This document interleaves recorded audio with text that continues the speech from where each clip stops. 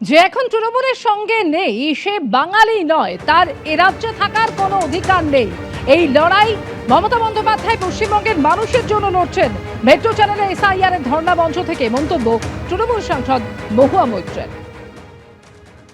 সবাইকে বলছি যে এখন আজকে তৃণমূলের সাথে নয়, সে কিন্তু বাঙালি নয়, তার বাঙালিতে থাকারই অধিকার নেই। কারণ এই লড়াইটা মমতাদি বাংলার মানুষের জন্য লড়ছে। মহুয়া মৈত্রের এই মন্তব্য প্রসঙ্গে শুভেন্দু অধিকারী কি বললেন শুনুন। তিনি কে? ওর কোনো কথার উত্তর দেওয়ার কোনো প্রয়োজন নেই। এই ধরনের কথাবার্তা উত্তর দেওয়ার কোনো প্রয়োজন নেই। আর এই রকম লোকেদের কাছ থেকে বাঙালির সার্টিফিকেট নেওয়ার দরকার নেই। পশ্চিমবঙ্গ তৈরি করে দিয়ে গেছেন দুজন বাঙালি, স্বামী প্রণবানন্দ আর ডক্টর শ্যামাপ্রসাদ মুখার্জি। বিজেপি ছোট থেকে বড় কোনো কর্মসূচি ডক্টর শ্যামাপ্রসাদ মুখার্জিকে ফুল আর প্রণাম না জানিয়ে হয় না। এই পার্টিটার প্রতিষ্ঠাতাই একজন ধুতি পাঞ্জাবি পরা আদর্শ বাঙালির হাতে। এদের কাছ থেকে আমাদের উপদেশ নেওয়ার দরকার। রাষ্ট্রপতিকে অপমানের অভিযোগে তোলপাড়, পাল্টা সমালোচনায় চন্দ্রিমা ভট্টাচার্য। দ্রৌপদী মুর্মুকে আক্রমণ করবে না, এতে ওনার কোনো দোষ নেই, চন্দ্রিমাকে সতর্ক করে বললেন মুখ্যমন্ত্রী।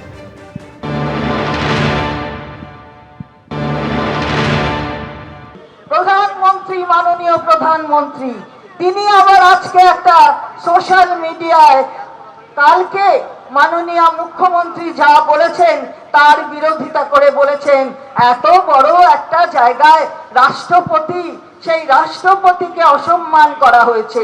আমরা বলতে চাই যে আপনি সবকিছু নিয়ে রাজনীতি করবেন না, রাজনীতি মানায় না। আপনি যখন বলেন, একটু মনে রেখেছেন রাম মন্দির যখন উদ্বোধন করছিলেন রাষ্ট্রপতি, মাননীয় রাষ্ট্রপতি কি ডেকেছিলেন? তখন কথা হলো ডাকেননি, ঘটনা হলো ডাকেননি। তাহলে আপনি আজকে এই চেয়ারটাকে নিয়ে পলিটিক্স করবেন না। এই ব্যাপারে কোনো কমেন্টস করবে না। আমার যা বলার আমি বলবো ছোট্ট করে। কতগুলো মিস ক্যালকুলেশন, মিস ইন্টারপ্রিটেশন হচ্ছে, সেটা আমি রিপ্লাই দিব। মাননীয় রাষ্ট্রপতিকে অ্যাটাক করে কেউ কোনো কথা বলবে মাননীয় নেত্রী, এটা ওনার কোনো দোষ নেই। না, ওনার কোনো দোষ নেই। রাষ্ট্রপতিকে গিয়ে উন্নয়নের রিপোর্ট কার্ড দিয়ে আসবে মহিলাদের 10 জনের টিম। বীরবা হাসদার প্রস্তাবের পর ধর্মতলার ধর্ণামঞ্চ থেকে ঘোষণা করলেন মুখ্যমন্ত্রী।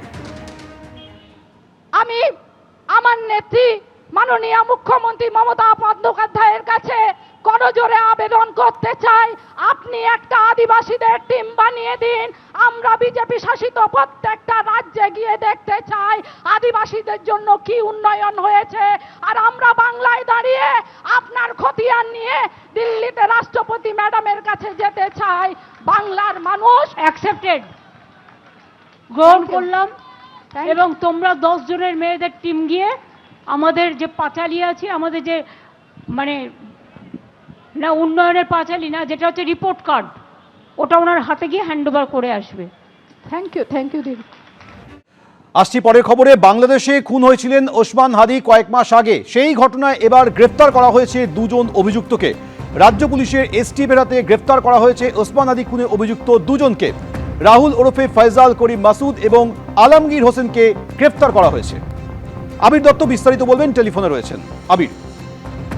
দেখো, ওসমান হাদি তাকে যে খুনের ঘটনায়, সেই খুনের ঘটনায় দুজনকে গ্রেপ্তার করা হয়েছে এবং দুজনকেই হেফাজতে নিয়েছে বেঙ্গল এসটিএফ।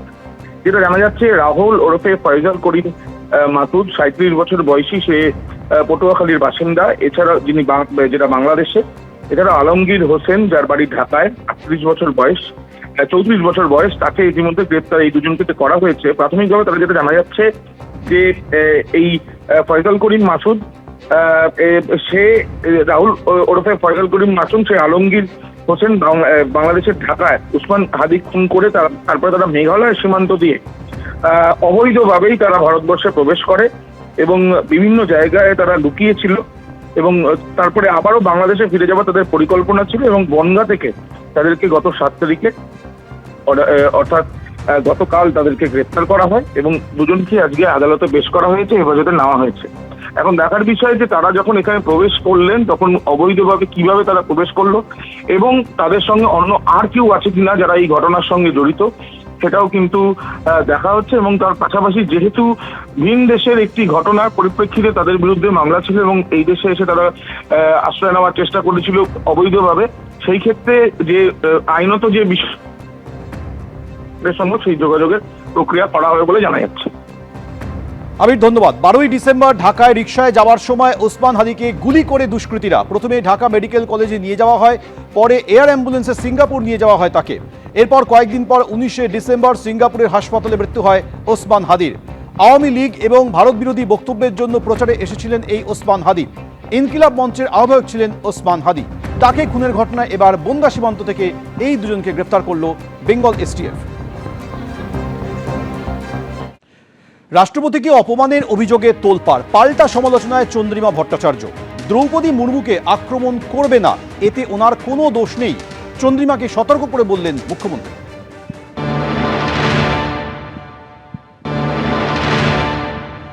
প্রধানমন্ত্রী, মাননীয় প্রধানমন্ত্রী, তিনি আবার আজকে একটা সোশ্যাল মিডিয়ায় কালকে মাননীয় মুখ্যমন্ত্রী যা বলেছেন তার বিরোধিতা করে বলেছেন এত বড় একটা জায়গায় রাষ্ট্রপতি, সেই রাষ্ট্রপতিকে অসম্মান করা হয়েছে। আমরা বলতে চাই যে আপনি সবকিছু নিয়ে রাজনীতি করবেন না, রাজনীতি মানায় না। আপনি যখন বলেন, একটু মনে রেখেছেন রাম মন্দির যখন উদ্বোধন করছিলেন রাষ্ট্রপতি, মাননীয় রাষ্ট্রপতি কি ডেকেছিলেন? তখন কথা হলো ডাকেননি, ঘটনা হলো ডাকেননি।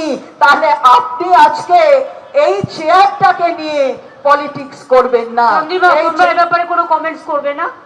আমার যা বলার আমি বলবো ছোট্ট করে। হ্যাঁ, কতগুলো মিস ক্যালকুলেশন, মিস ইন্টারপ্রিটেশন হচ্ছে, ঠিক আমি রিপ্লাই দিয়ে দেবো। মাননীয় রাষ্ট্রপতিকে অ্যাটাক করে কেউ কোনো কথা বলবে না, মাননীয় নেত্রী, এটা ওনার কোনো দোষ নেই। না, ওনার কোনো দোষ নেই। রাষ্ট্রপতিকে অপমানের অভিযোগে দেশ জুড়ে তোলপাড় পড়ে গিয়েছে। অনুরাগ ঠাকুর কি বলেছেন শোনাবো। हिंदुस्तान के इतिहास में शायद पहली मुख्यमंत्री ऐसी होंगी जो संवैधानिक पदों पर बैठे हुए व्यक्तियों का विरोध करती हैं, संवैधानिक संस्थाओं की आलोचना दिन प्रतिदिन करती हैं और धमकी भरे लहजे में बोलती हैं, जिनको ये नहीं पता कि देश के राष्ट्रपति के प्रति क्या सम्मान देना है, देश के प्रधानमंत्री को क्या सम्मान देना है, अपने राज्य के राज्यपाल को क्या सम्मान देना है। केवल विरोध की राजनीति ममता जी की उस समय चल सकती थी जब वो कम्युनिस्ट पार्टी का विरोध करती थी, उनकी नीतियों का विरोध करती थी। लेकिन इतने साल मुख्यमंत्री रहने के बाद उनका स्वर, उनकी भाषा, उनका लहजा, ये उनकी गरिमा मर्यादा कहाँ एक मुख्यमंत्री? क्या एक राज्य की महिला मुख्यमंत्री, देश की ट्राइबल बैकग्राउंड से आने वाली, गरीब परिवार से आने वाली, देश की राष्ट्रपति, उनका अपमान करना क्या ये बंगाल की मुख्यमंत्री ममता बनर्जी जी को शोभा देता है? एबीपी आनंद एगिए थाके एगिए राखे।